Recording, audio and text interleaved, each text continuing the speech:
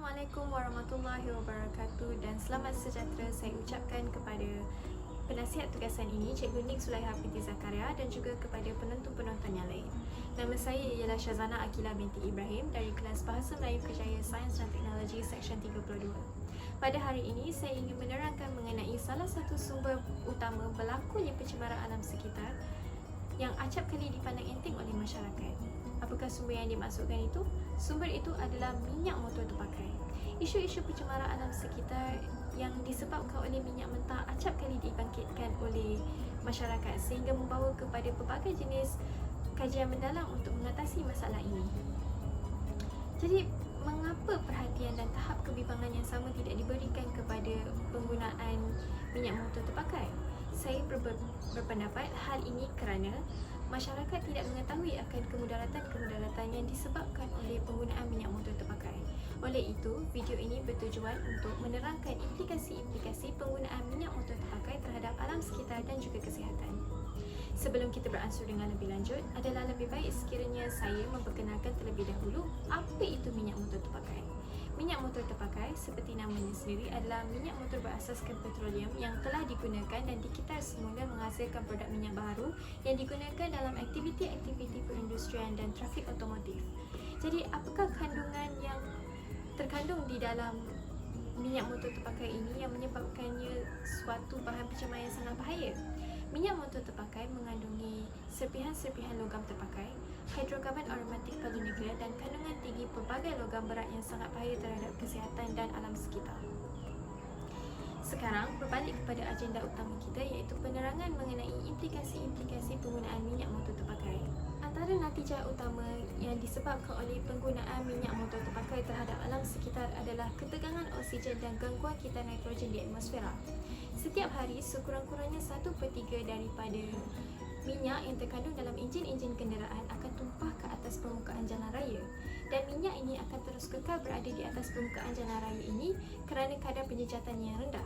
Apabila hujan turun, air hujanlah yang akan membasuh minyak ini daripada permukaan jalan raya dan mengalirkannya ke permukaan tanah. Apabila minyak menyentuh permukaan tanah, partikel-partikelnya akan meresap ke dalam dan mengisi liang-liang tanah. Ini menyebabkan penyekatan laluan keluar bagi oksigen ke udara. Hal ini secara tidak langsung menyebabkan kandungan oksigen di dalam udara berkurangan dan menyebabkan kandungan karbon dioksida di dalam udara meningkat. Pada masa yang sama, kandungan oksigen yang sangat tinggi di dalam tanah mengganggu aktiviti-aktiviti yang mengawal kitar nitrogen seperti proses pengamoniaan, proses dinitrifikasi dan proses nitrifikasi. Gangguan-gangguan ini juga menyebabkan pembantutan pertumbuhan tumbuh-tumbuhan akibat tanah yang telah tercemar. Tambahan pula, kewujudan bendasing-bendasing daripada minyak motor terpakai ini juga turut menggalakkan penggubalan tanah yang mengganggu kestabilan struktur tanah yang akhirnya akan menyebabkan hakisan tanah. Yang kedua, kewujudan sisa minyak motor terpakai dalam persekitaran aqua juga akan menyebabkan proses eutrofikasi yang juga akan menyebabkan kematian kebanyakan hidupan akuatik. Kebanyakan sisa minyak motor terpakai di darat akan dialirkan oleh air hujan ke dalam persekitaran aqua seperti tasik dan sungai. Pengenalan bahan hidrokarbon yang terkandung di dalam sisa-sisa minyak motor terpakai ini akan menyebabkan pembantutan pertumbuhan phytoplankton, sejenis mikroorganisma yang berkebolehan menguraikan bahan tersebut.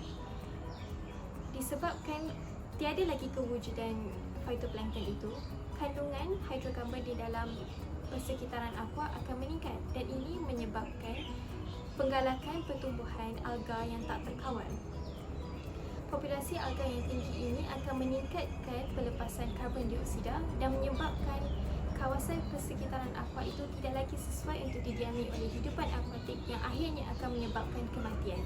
Proses inilah yang dinamakan eutrofikasi. Akhir sekali, pembakaran minyak motor terpakai juga akan menyebabkan pencemaran udara dan masalah kesihatan kepada manusia.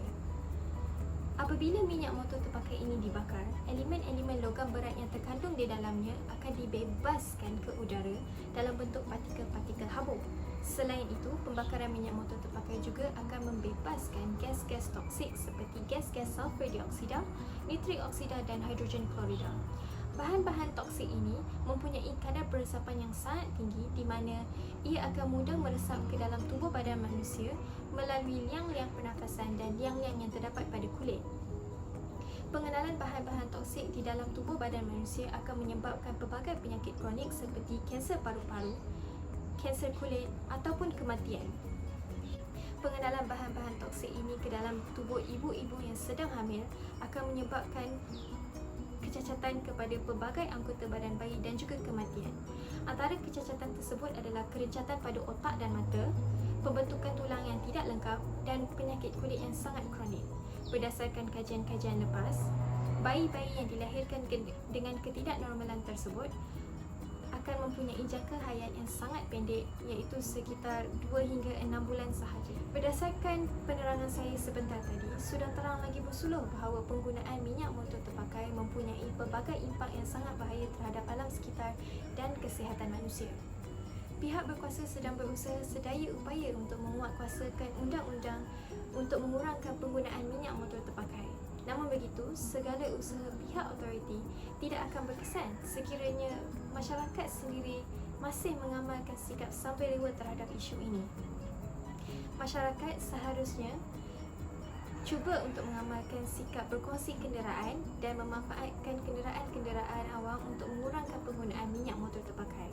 Selain itu, masyarakat juga digalakkan untuk melibatkan diri dalam inisiatif-inisiatif menghasilkan produk minyak yang lebih mesra alam dan juga melibatkan diri dalam kempen-kempen kesedaran mengenai keburukan penggunaan minyak motor terpakai. Akhir sekali, masyarakat yang tergolong dalam strata ekonomi yang stabil sangatlah digalakkan untuk menggantikan penggunaan minyak motor terpakai dengan minyak sintetik yang agak mahal tetapi terbukti lebih selamat. Apalah erti duit dan harta sekiranya keselamatan dan kesihatan diri terancam, benar?